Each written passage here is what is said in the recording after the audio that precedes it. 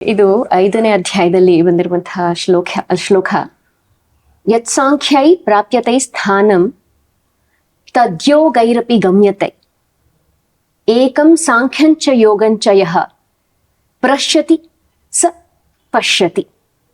ಜ್ಞಾನಯೋಗಿಗಳಿಗೆ ದೊರೆಯುವ ಪರಮಧಾಮವೇ ಕರ್ಮಯೋಗಿಗಳಿಗೂ ಪ್ರಾಪ್ತವಾಗುತ್ತದೆ.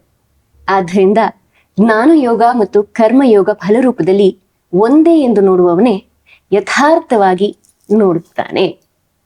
ನಂಗೆ ಅದನ್ನ ನೋಡಿದ ತಕ್ಷಣ ಏನದು ಎಕ್ಸ್ಪ್ರೆಷನ್ ಅಂದ್ರೆ ಒಂದ್ ರೀತಿ ನಾವು ಕರ್ಮಯೋಗಿಗಳಾಗೂ ಕೆಲಸ ಮಾಡ್ತಿದ್ದೀವಿ, ಜ್ಞಾನ ಯೋಗದ ಕಡೆಗೆ ಹೋಗೋ ಕಡೆಗೂ ಕೆಲಸ ಮಾಡ್ತಿದ್ದೀವಿ.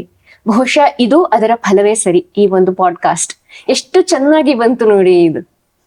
ಸೊ ಮಾಡೋ ಕೆಲಸದಲ್ಲಿ ಜ್ಞಾನವನ್ನು ಹುಡುಕೋದು, ಹಾಗೆ ಕೆಲಸದ ಮಧ್ಯೆ ಜ್ಞಾನವನ್ನು ಕೂಡ ಬೆರೆಸೋದು, ಅರ್ಥ ಮಾಡಿಕೊಂಡು ತಮ್ಮ ಕರ್ಮ ಫಲವನ್ನು ಮಾಡೋದು ಅನ್ನೋದಿದೆಯಲ್ಲ, ಬಹುಶಃ ಅದು ಮಾನವ ಧರ್ಮದ ಅತಿ ದೊಡ್ಡ ಒಡೆಯೋಸೆ. ಬೇರೆ ಯಾವುದೇ ಜೀವಿಗಳಿಗೆ ಇಲ್ಲದೆ ಇರುವಂತಹ, ನಮಗೆ ಸಿಕ್ಕಿರುವಂತಹ ಒಂದು ಅತಿ ದೊಡ್ಡ ಪುಣ್ಯ ಅಂತ ಹೇಳ್ಬಹುದು.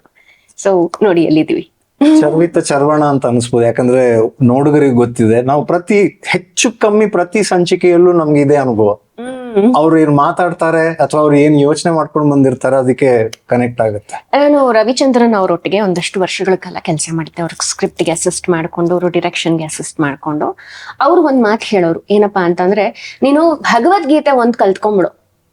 ಭಗವದ್ಗೀತೆ, ಮಹಾಭಾರತದ ಪಾತ್ರಗಳು ಇವೆರಡು ಗೊತ್ತಾಗ್ಬಿಟ್ರೆ ನಿನಗೆ ನಿನ್ನಂತ ಒಳ್ಳೆ ಬರಹಗಾರ್ತಿ ಇನ್ನೊಬ್ಬ ಆಗೋಕ್ ಸಾಧ್ಯ ಇಲ್ಲ. ಮತ್ತೆ ಜೀವನದ ಸವಾಲುಗಳನ್ನ ನೀನು ಎಷ್ಟು ಸಮರ್ಥವಾಗಿ ಎದುರಿಸಬಲ್ಲೆ ಅನ್ನೋ ಶಕ್ತಿ ನಿನಗೇ ಗೊತ್ತಿಲ್ಲದೆ ನಿನ್ನೊಳಗಿಂದ ಹೊರಗೆ ಬರುತ್ತೆ ಅಂತ ಹೇಳ್ತಿದ್ರು. ಅದು ಎಷ್ಟು ಇವತ್ತಿಗೂ ಕೂಡ ಮತ್ತೆ ಯಾವತ್ತಿಗೂ ಪ್ರಸ್ತುತ ಅಂತ ನೋಡಿ.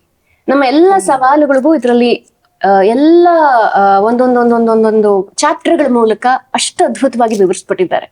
ಹಿಂದೂ ಧರ್ಮನೇ ಹಾಗೆ, ಎಲ್ಲದಕ್ಕೂ ಕೂಡ ವಿವರಣೆ ಇದೆ, ಎಲ್ಲದಕ್ಕೂ ಕೂಡ ಉತ್ತರ ಇದೆ, ಎಲ್ಲದಕ್ಕೂ ಕೂಡ ಒಂದು ಎಕ್ಸಾಂಪಲ್ ಕೊಡ್ತಾರೆ. ಸೊ ಎಷ್ಟು ಚಂದ ಅಂತ ಅನ್ಸುತ್ತೆ ಅಂತ ನನ್ಗೆ ಯಾವಾಗ್ಲೂ ಅನ್ಸುತ್ತೆ ನೋಡಿ. ಹೀಗಾಯ್ತು.